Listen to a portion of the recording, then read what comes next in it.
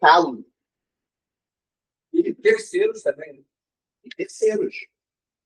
Não é só a pessoa. Não. Aquela pessoa que depende dela. Você está pensando em um monte de gente. É muito grave. Então isso é grave. Isso é gravíssimo. Agora, leia aí Deuteronômio 5:20. Vocês verem uma coisa interessante. Do verbo, né? Não dê falso testemunho contra o seu próprio. Ele fala, dará. Agora, não dê. Não dê. Dará.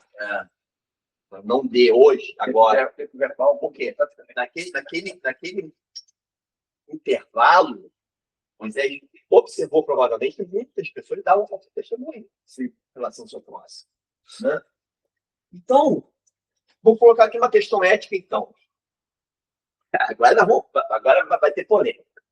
Digamos, você está numa casa e tem um assassino procurando uma pessoa que convive com você. E ele te pergunta, fulano está em casa? Que eu vou matá-lo. E você chega, pela Bíblia, tem que falar a verdade. Sim. Você vai falar que ele está ou não? Sinceridade. Vamos lá, sinceridade. Qual é a pergunta? Repete a pergunta. Olha só. Você vai ter que mentir. Mentira. Para salvar a vida de uma pessoa. É pecado ou não é? Olha, nós temos um exemplo em Êxodo, quando se para Ipuá mentiram para Faraó. Mentiram e enganaram. Sim. Mentiram e enganaram. Elas pecaram? Elas honraram a Deus. Não honraram a Faraó. Mas pecaram ou não? Sim. É pecado ou não é? Isso é muito sutil. Então, isso é uma grande... Dependendo da circunstância, aí não é pecado. Preste atenção. Isso realmente é uma polêmica em toda a história da igreja.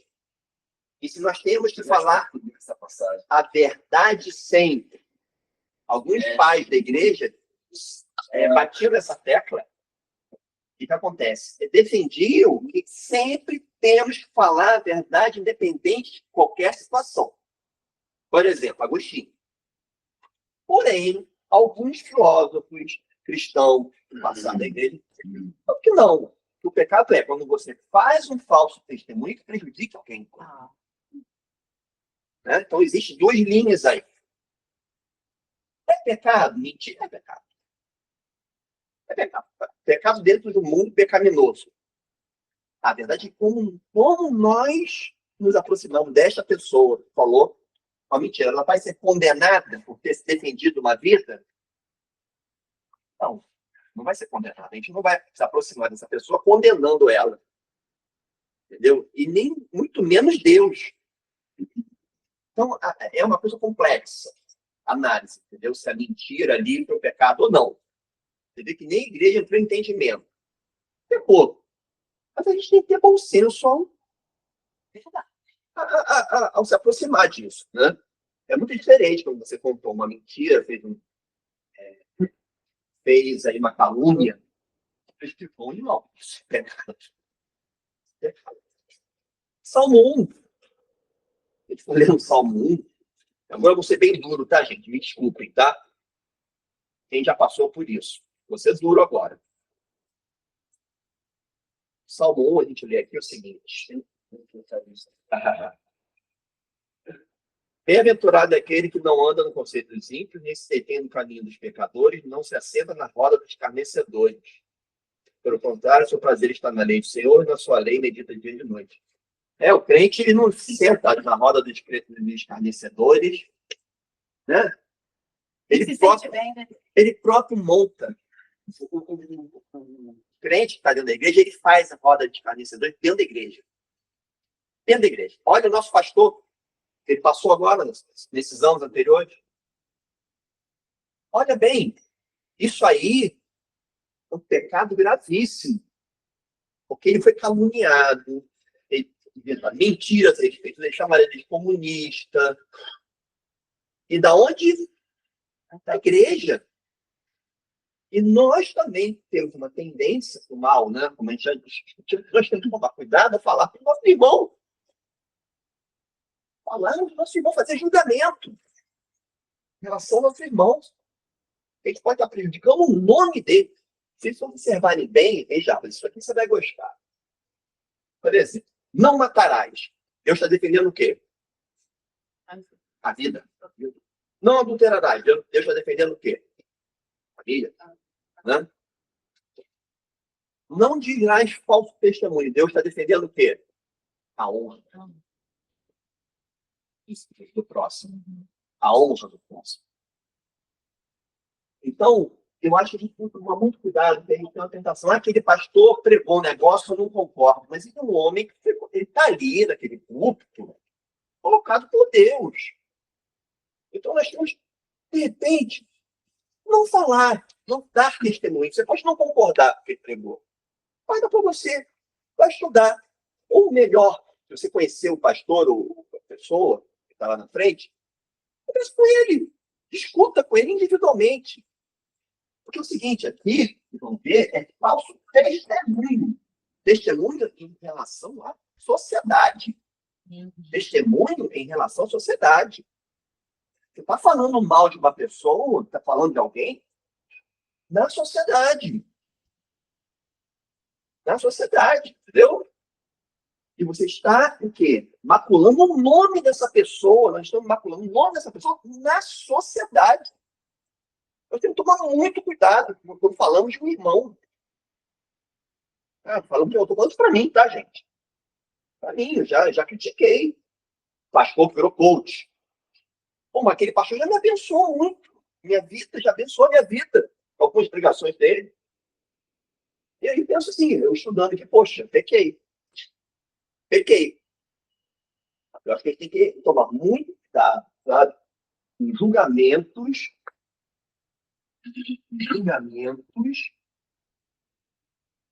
ao próximo.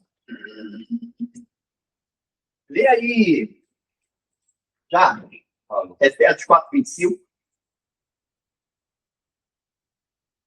Ludmila. Mateus 7:1-5. E Marilson. Romanos 13:8-10. Posso ler? Todo mundo achou? É duro isso aqui, tá, gente? Desculpem. Mas, né? Infelizmente, né? Tá, tem. Olha só, tem uma coisa que eu concordo com o que você está falando. Vamos lá. Mas é tipo assim, se alguém chega para mim e fala assim, leia a Bíblia, eu estou lendo a Bíblia. Eu não estou interpretando a Bíblia. Se você chega para mim e fala o seguinte, olha, tal versículo eu estou falando para você, é isso aqui. Se você amanhã chegar para mim e mudar, eu não posso mudar com você, se eu estou ferindo a Bíblia. Não. Você está conseguindo entender? Então, se eu chegar para você e falar o seguinte, olha, eu não concordo, eu não estou cometendo pecado.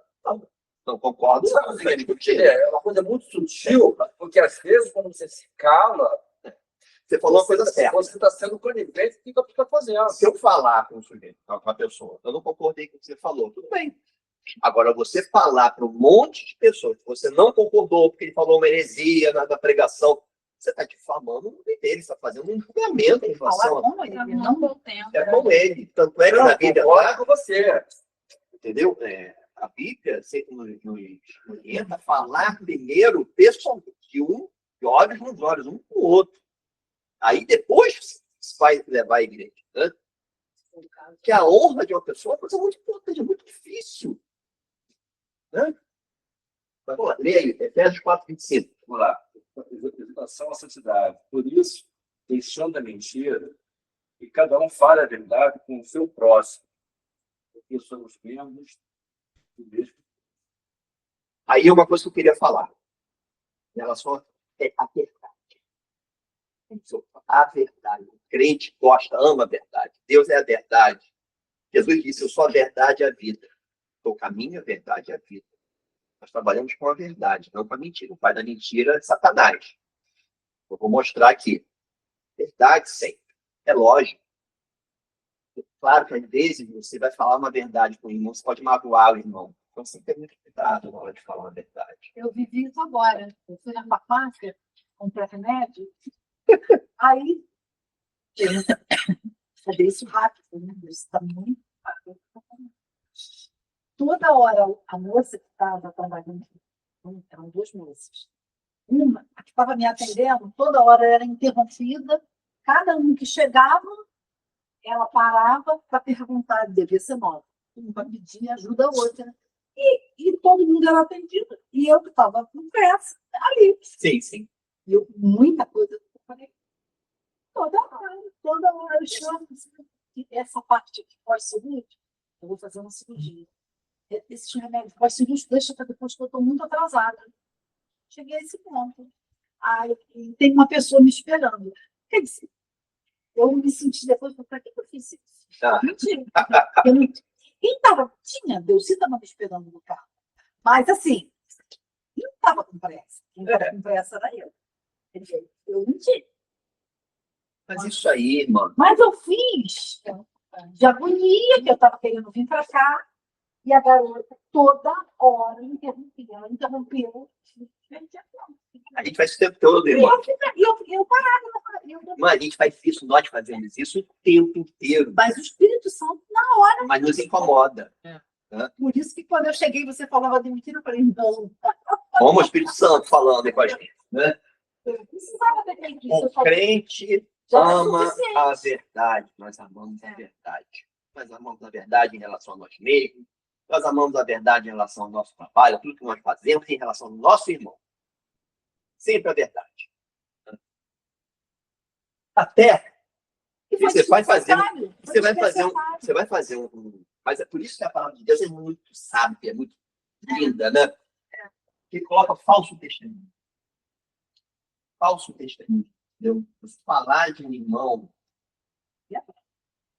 numa roda, você pode estar fazendo um falso testemunho. Pode ser, existe a possibilidade de você estar errado no seu julgamento. Cara, isso é complicado, cara. Eu passei por isso. Meu irmão, eu passei por isso. Meu irmão, olha só, isso é muito.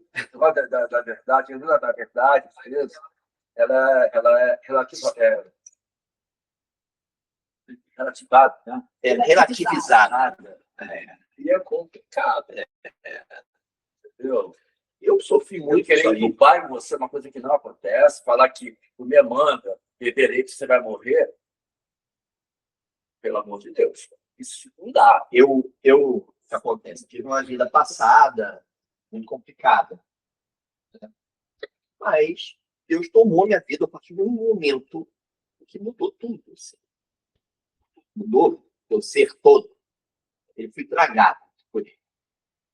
E aí Deus me deu um presente, conheci minha esposa, Paula. A gente na igreja. Paula, você tem certeza que você vai namorar ele? Tem certeza? Olha a vida dele passada.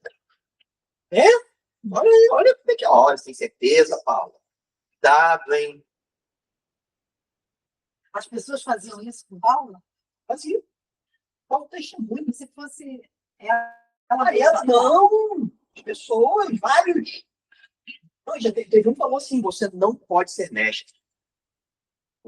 Depois da minha conversão, você não pode ser mestre. Porque para ser mestre tem que ser um pouco a mais. A vida passada sua, você não pode ser mestre. Eu falei, aí eu falei para essa pessoa,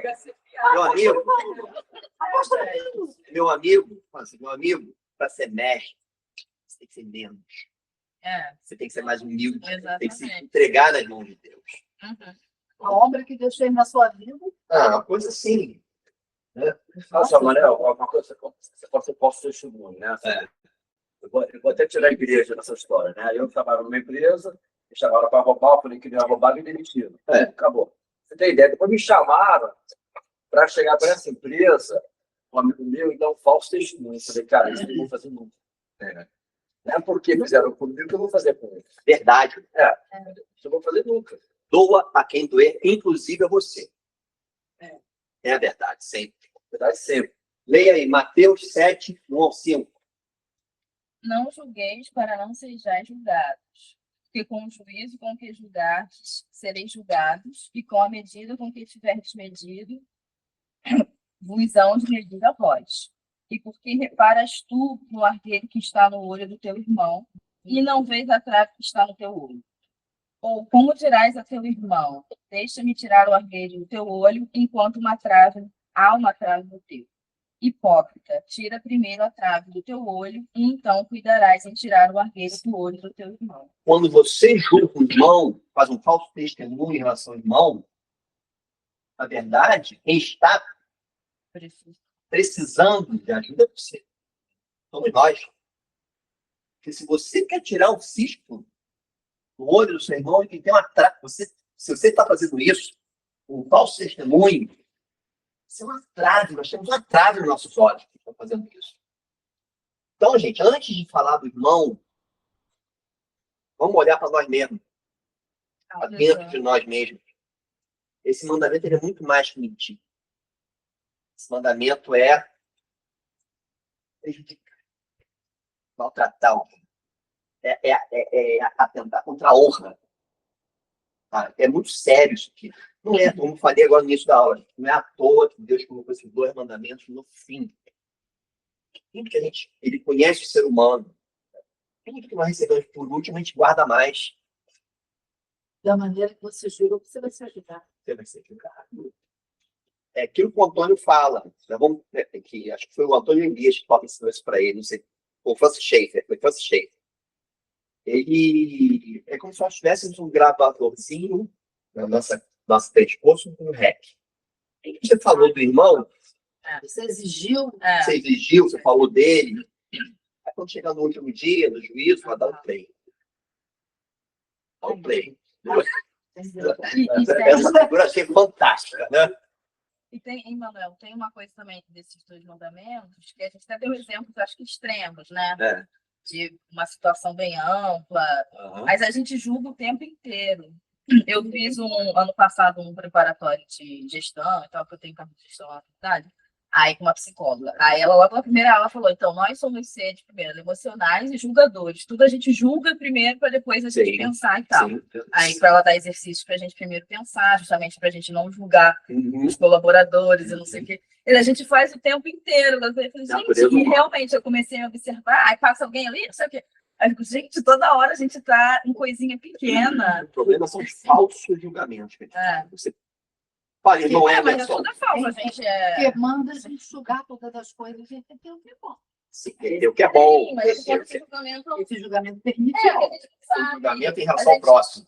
Porque a gente não sabe todos. Até o pastor sempre fala isso, a gente não tem todas as informações sobre a pessoa. Aí como é que a gente já vai dar aquela. Né? Fulano é isso. Aqui, ó. Julgamento ao próximo. Ao próximo. Fala, Emerson. Como está relacionado com não matar. Né? Só que lá no não matar, ainda há a possibilidade de ser algo culposo. Sem querer, não criar uma intenção falsa. Isso ela não acontece. Na lei ele é considerado. E que a gente também quer se colocar melhor que o outro. Porque o lugar, você se coloca no lugar de Deus, você tem aquela coisa de eu já vi tudo, então eu já posso dar um julgamento sobre isso. Então, isso não tem como isso aí ser sem querer. No caso, vocês vão ver que isso aí tem uma grande relação com o último. Vocês vão ver. Então, Romanos 13, 8 ao 10. 13? 13. Ele está falando, ele na lei ele é considerado crime Código Penal. Crime de mão própria. O que é isso? É um crime que só aquela pessoa pode cometer. Não tem não tem um coautor. Tem uma outra pessoa que faz por ele. Só ele pode cometer. Né? Fala, Marilson. A ninguém fiqueis devendo coisa alguma, exceto o amor com que vos ameis uns aos outros. Pois quem ama o próximo tem cumprido a lei. Pois isto: não adulterarás, não matarás, não furtarás, não cobiçarás. E, se há qualquer outro mandamento, tudo que nesta palavra se resume, tudo nessa palavra se resume. Amarás o teu próximo como a ti mesmo. O amor não pratica o mal contra o próximo, de sorte que o cumprimento da lei é o amor. Isso. Se você ama seu próximo, como a ti mesmo, como é que você vai fazer um falso testemunho em relação ao seu próximo? Basicamente, o segredo de cumprir a lei de Deus, tentar cumprir, né? Você não vai conseguir. Ninguém vai conseguir. É um amor. É o amor a Deus, amor ao próximo. Se você ama verdadeiramente o seu próximo, você não vai fazer isso. Tá? Depois vai ler com calma os perigos da língua, Tiago 3, do 1 ao 12, você fala o seguinte: a língua é o menor órgão do corpo, mas é que maior causa estragos. Pequeno órgão que pode estragar, botar o corpo todo no inferno. Tá?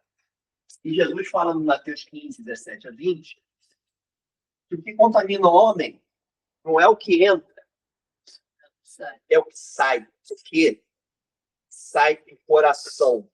E como é que a gente expressa as coisas que saem do coração? Através da palavra. Que a gente fala, né? Não é isso? É o que a gente fala. Então sai de dentro, que é o que contamina o homem. Hã? Carregado de veneno. Carregado de veneno mortífero. É pela língua. E isso aqui já faz uma conexão com o que eu vou falar do mandamento 10. Tá? Mandamento 10. Vamos ver primeiro o que diz a palavra de Deus.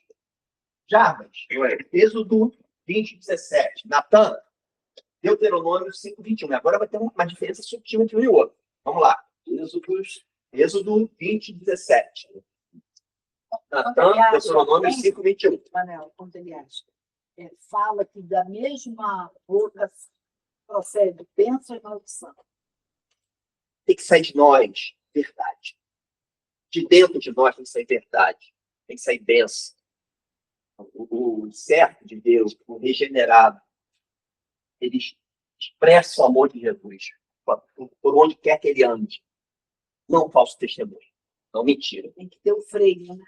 A gente tem que ter. Nós temos o freio do Espírito Santo, mas é bom estudar isso para vir a nossa memória. Esse é o papel da escola bíblica, né? E aí, Jacques? Vamos lá. Não cobice a casa do seu próximo, não cobice a mulher do seu próximo, nem o seu servo, nem a sua serva, nem o boi, nem o seu jumento, nem a coisa alguma que pertença ao seu próximo. Então, não cobice a casa do seu próximo, a mulher do seu próximo. A cidade é uma sociedade que era uma sociedade que não valorizava a mulher na época, né? A gente fala da mulher, mas eu acredito que o contrário também, não cobice o homem. Mas cobice. Então, cobice. Cobiça. Né? Agora, vejam a diferença sutil em Deuteronômio, quando Moisés, depois de um tempo, ele repete essa lei para o povo. Nem cobiçarás a mulher do teu próximo, nem desejarás a casa do teu próximo, o seu campo, ou o seu servo, ou a sua serva, ou o seu boi, ou o seu jumento, ou alguma coisa que seja do teu próximo. Ele não tinha essa palavra. Desejo. Cobiça. Desejo. O que vocês acham? Do vídeo, né? Porque no vídeo ele fala, não desejarás, no outro ele fala, não dê. Olha, sabe qual é o perigo disso aqui? Por isso que Deus colocou como 10º mandamento, a sabedoria de Deus é infinita, né? É maravilhosa. Eu fico maravilhado com isso aqui. Não matarás. Você vê. Se a pessoa matar o outro, você vai ver. Isso vai aparecer. Não adulterarás. Um dia aparece. Falso testemunho. Vai aparecer? Isso é possível de se ver. Por isso desejo. Não. Isso aqui é um pecado de coração. Está lá dentro. Isso pode ocorrer e ninguém perceber. É entre você e Deus. E talvez por isso seja um mandamento que demande maior atenção nossa. Isso vem do coração pecaminoso do homem. Coração depravado do homem. Eu desejo, ele colocou desejo. É desejar o que é do próximo. Cobiçar o que é do próximo. E isso aqui, muitas das vezes, o que acontece? É uma fronteira perigosíssima que a gente tem. Isso aqui leva a inveja, né? A inveja. Isso mostra uma profunda insatisfação que Deus deu para a sua vida. Outro exemplo. Por exemplo, é Caim. Vai ser citado, né? Tô vendo ali na praça. Vai ser citado, né? Quero que vocês leiam agora, para vocês entenderem, quem vai ler para mim? Tiago 1, do 13 ao 15. Para vocês entenderem a profundidade disso aí.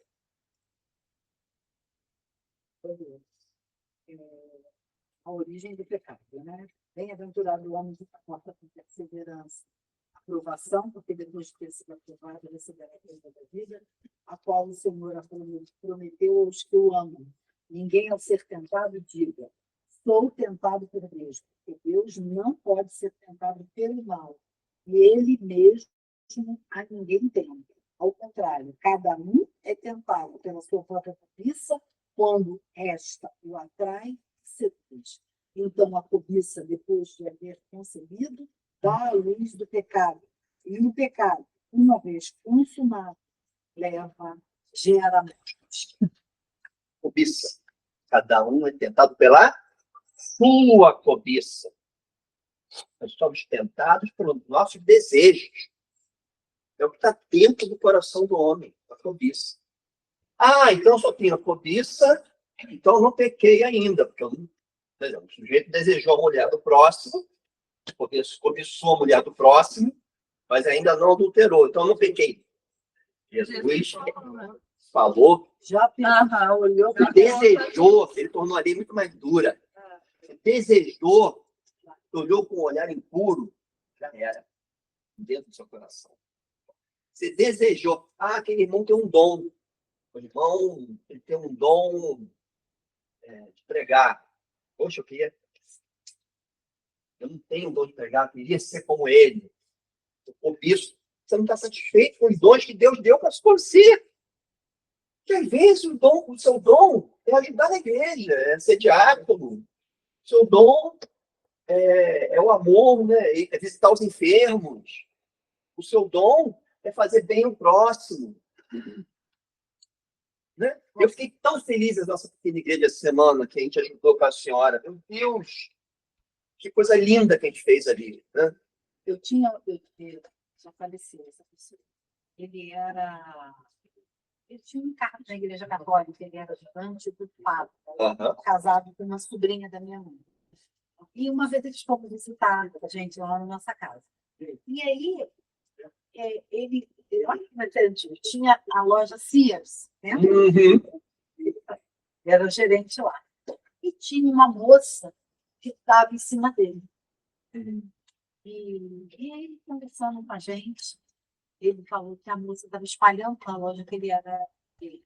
Que ele não cedeu. Homem que anda junto. Ela achou, pelo fato de ela ser uma moça bonita, que ele tinha os caprichos dela. E ele falou para ela que ele era casado, que, acima de tudo, ele era servo de Deus. Ele era ajudante do padre. Isso é comuníssimo, tá? Mas como vocês imaginam. Agora, tem uma coisa interessante, você fala do desejo. Isso aqui é a origem de todos os males, gente. O coração próximo. Tipo assim, o desejo que pode você materializar uma atitude. Sim. Por exemplo, o caso de Davi. Ele desejou Betsaba. Que foi que ele materializou a morte dele. Sim. E daí nem vi que ele botava. Mas é isso mesmo. Uma coisa assim, tem que ser levado muito a sério, principalmente com a cultura de hoje. Por quê? Desejo, para a nossa cultura, é algo que foi transformado em benefício para ter foco, para conseguirmos determinados objetivos, para termos mais vontade de ter aquilo ali. E nós, cristãos, começamos a pegar isso também. A acreditar que isso é o desejo para uma coisa boa. Isso vai entrando, né? Só que o que acontece? O problema do desejo é que ele acaba com o domínio próprio. Ele acaba com isso. Ele acaba com o limite. Porque o desejo você vai começando a alimentar e cada vez mais aborda é o ego, né? E tem a ver tudo com ego. Vai virar Ele isso, né? infla, não, o ego não tem infla. E entra o egoísmo aí. E aí o que acontece? Egoísmo, né? Você não consegue o objetivo, É e isso aí. nada nesse mundo É isso. vai conseguir. O ego existe, dói pra caramba. E aí você precisa, aí vira isso que você precisa o quê? Sempre estar com o ego cheio para sentir menos dor. Então é algo muito sério. Muito sério isso aqui. Muito sério. Porque é o seguinte, gente, é um desejo, como o Emerson está falando, perfeito, né? São os nossos desejos egoístas, né? Para inflar nosso ego, né? Para inflar nosso ser, né? Que, na verdade, a partir da queda, nós queremos ser como Deus. Nós queremos colocar algo no lugar de Deus, porque nós precisamos adorar algo. E assim, isso pode ser até trazendo coisas boas. É. Sempre está inflando o ego. Não para a glória de Deus, porque é algo muito sério. Exatamente. E você for ver bem, ó, vamos lá. Não atropela todo mundo porque você quer alcançar alguma coisa. Então, você, para alcançar aquilo que é uma coisa boa, Exato. aí você sai atropelando tudo e todos, até machuca a família, não tem tempo mais para filho, não tem tempo mais para ninguém. Exato. Tem que alcançar aquele objetivo. Presta atenção, gente. Olha aqui. Vou dar um exemplo para vocês. Não matarás. Por que a pessoa assassina a outra? Porque ela tem um desejo, uma cobiça. Pode matar se ele quer, pode ter cobiça pelo dinheiro. Normalmente, né? Pelo ego. Uma questão do ego. A vingança, mas também é para se defender. Então você vê, isso veio do coração. Esse desejo vem de dentro, entendeu? Vem de dentro. Enganoso é o coração do homem. Então, a gente, é uma fronteira que nós temos que prestar muita atenção. Quer dizer, Jardim, você que estava... Lê aqui para mim, Gênesis 4, 6 a 7. Você que citou isso aí. Vamos lá. 4, 6 a 7. 6, 7. Vamos lá.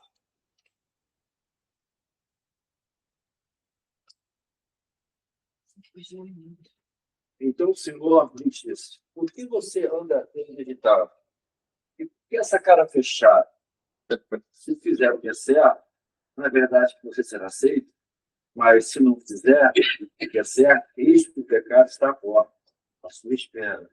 O desejo, ele será contra você. É necessário que você não faça. Caim e Abel. Caim já tinha um desejo de matar Abel. Já estava dentro do coração dele, mas não tinha consumado ainda. Eu não tinha assassinado Abel. Mas o que falou? Ele repete: o desejo dele será contra você. Mas é necessário que você o domine. É necessário que você o domine. O desejo vem dentro, vem do nosso coração. Desejo pelo mal. É necessário que a gente domine esse desejo. Então nós temos que ter uma estratégias espirituais de dominar o nosso desejo. Como é que a gente faz isso? Gente, não tem por você mesmo, você não dá. Você tem que se aproximar de Deus. Tem que se aproximar do Espírito Santo. A gente pode fazer, né? Fugir da aparência do... Isso. Como o desejo vem, pensa em Jesus, mata isso na raiz. Na raiz. Literalmente pode. Na raiz. Porque Deus vai te ajudar a identificar isso. Se Caim tivesse matado o desejo ali, não teria assassinado Abel, não teria pecado. A tentação vem, você ainda não pecou. Mas quando você por atitudes, cumpre aquele teu desejo, aí você pecou. Né? Em geral, né? Fora a questão do adultério, que Jesus já tinha definido. Só de você desejar e pensar, você está pecando. Né? Então, gente, nós precisamos ter disciplinas espirituais para se aproximar de Deus, pedir: Senhor, tenha misericórdia de mim, me ajude a identificar os desejos errados do meu coração, pecaminosos do meu coração, e matar isso na raiz. E matar isso na raiz. Isso aqui é muito difícil. Isso daqui é um exercício diário do crente. Tá? Porque todos os outros mandamentos mostram a transgressão deles é aparente. não matarás. Você vai ver a pessoa matando. Não adulterarás, vai ver a pessoa adulterando. Não dirás falso testemunho. Você consegue ver a pessoa dando falso testemunho. Não cobiçarás, a cobiça vem de dentro. De dentro é uma coisa sua com Deus. E só Deus pode olhar o seu coração, mais ninguém. A cobiça é oculta. Ela é oculta. E é por isso que nós temos que tomar muito cuidado com isso aí. Vamos agora terminar esse voz para a gente poder tomar nosso cafezinho, né? Tem aí alguém leia Gênesis 3, do 1 ao 6. E outra pessoa vai ler 2 Samuel 11, do 1 ao 5. Exemplos. Gênesis 3, do 1 ao 6. Mas a serpente, mais astuta que todos os animais selvagens que o Senhor Deus tinha feito de Assembleia. É verdade que Deus disse: não comam do fruto de nenhuma árvore do jardim. Ela respondeu assim: estudou das árvores do jardim, porque as três da árvore que estava dentro do jardim, vocês não devem comer nem tocar nele, para que não venham a morrer. Então a serpente disse à mulher: é certo, vocês não morrerão, porque Deus sabe que no dia que dele comer, os olhos de vocês se abrirão, e como Deus, vocês serão conhecedores do bem e do mal. Diante da mulher que a árvore era boa para se comer, agradável aos olhos, e a árvore desejável para desejável, tomou seu fruto e deu também ao marido. Desejável. Então, primeiro, o que a serpente faz? Falso testemunho em relação a Deus. É mentira, Deus está mentindo. Não é verdade, vocês não vão morrer. Falso testemunho. E olha como é que se relaciona. E aí, aquela que se tornou desejável. Ela desejou comer. Olha como é que é o modus operandi do pecado. Você deseja. Gabriel, posso fazer um comentário? Só um minutinho. Você deseja. E aí você come. Você deseja primeiro. Nasce no seu coração. Depois você pratica. Isso geralmente vem acompanhado de falsas verdades ou de mentiras. Falsos testemunhos em relação à lei de Deus e ao que ele prega na Bíblia. Olha só como é que os mandamentos todos se interligam, porque a partir daí você não amou a Deus acima de todas as coisas, você criou um ídolo, que é você mesmo. Tudo se interliga. Você usou uma imagem que não é de Deus. Todos. Você não guardou o dia do Senhor, devia ser guardado. Todos eles se interligam. Fala, Jacques. Quando tem um trecho do livro, tudo para todos, que ele começa essa passagem. Ele liga Eva a Caim. O pecado estreita a porta. De novo, ele, Caim, está na mesma posição de sua mãe, Eva. Uma serpente estava à espera de Eva, quando ela nada tinha feito para merecer por isso. Se Caim não souber lidar com a frustração e a ira, é certo que encontrará uma serpente metafórica deitada à porta do apartamento do céu. A serpente ali, ela não aparece. Satanás não aparece. Satanás, ele não aparece escrito ali. Olha só isso aí, esse comentário. A serpente não está ali descrita, mas ela está agindo. Está agindo na vida de Caim. Está agindo, mata seu irmão. Olha, ele teve uma oferta mais agradável que você. Você não é nada, você é menor que ele. Mata ele teve o desejo de matar o irmão. Então, esses desejos, que acontece, na verdade, que Satanás usa os nossos desejos contra nós mesmos. Ele nos conhece. Ele nos conhece. Não subestime, tá? Ele vai usar, ele sabe seu corpo fraco, ele vai usar os seus desejos para que você peque. O objetivo dele é que você se afaste de Deus. Então, você tem que estar próximo ao Senhor, da graça dele, para que ele possa te ajudar com esses desejos que tem no coração. Isso é muito sério. E aqui, essa passagem de 2 Samuel, é como Davi deseja Betseba. Então, ele deseja Betseba e consome. Consuma. É. Então, gente. E hoje é dia O de Rio ceia, também, né? a Janete trouxe uma palavra na redação, falando sobre examine-se. Boa. Examine-se. Né, Janete? Eu nem tinha visto você aí, querida. Na ceia, né? Deus abençoe. Examine-se. Hoje nós vamos ter ceia. Então, você está falando as coisas que a palavra da Janete também. O Espírito Santo é o mesmo, né? Examine-se. Examine-se um homem a si mesmo. Gente, quando a gente for tomar ceia hoje, sabe, eu acredito o seguinte, a ceia é um sacramento. É uma coisa física, né? Você olha, né? É sinal, sacramento. Você vai ver o que Jesus fez por nós na cruz. Né? O sangue, o corpo dele. Isso tem que gerar em nós um exame.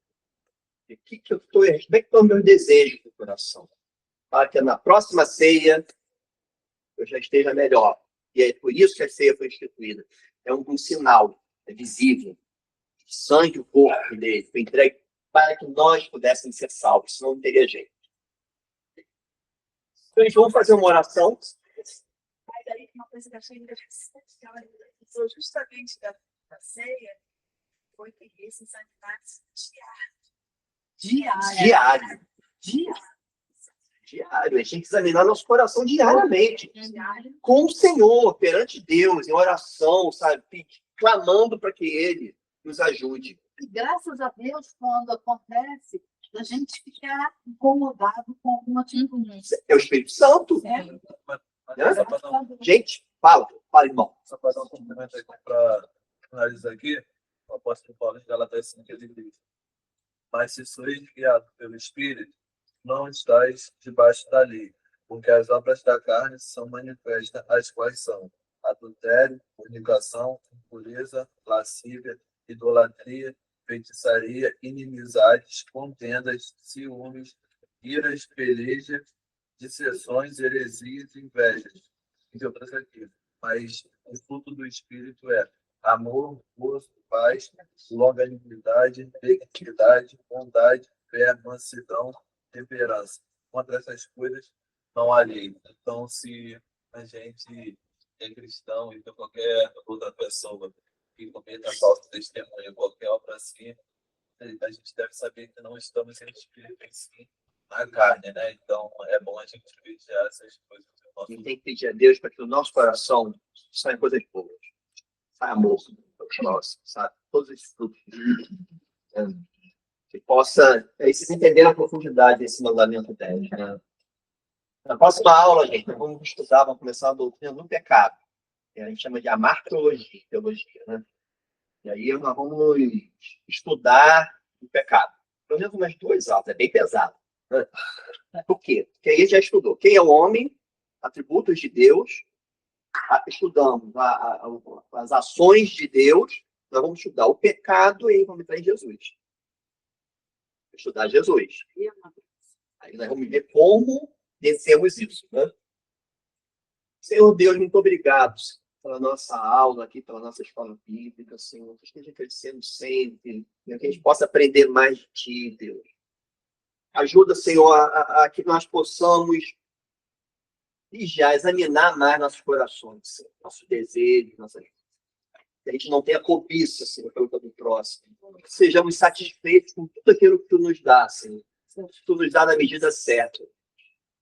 Ajuda-nos a sermos mais santos, Senhor, estarmos mais na Tua presença, andar nos Seus caminhos, Senhor. E abençoe a cada irmão que está aqui, Deus. Que a gente possa agora ter uma ceia, lembrando que Tu fizeste lá, Jesus, na cruz, por nós, Senhor. Queremos ouvir a Sua voz, queremos aprender de Ti, Senhor. Abençoe a RPI, abençoe o nosso pastor Antônio, Senhor, dá a sua unção para ele. Eu te pedimos no nome de Jesus. Amém. Amém. Isso aí, gente. Cafezinho. Vamos lá. Não tem problema,